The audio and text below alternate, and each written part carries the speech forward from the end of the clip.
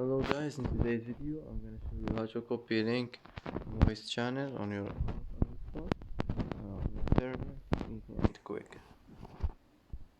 First, hold on it like this, and here you will find copy link.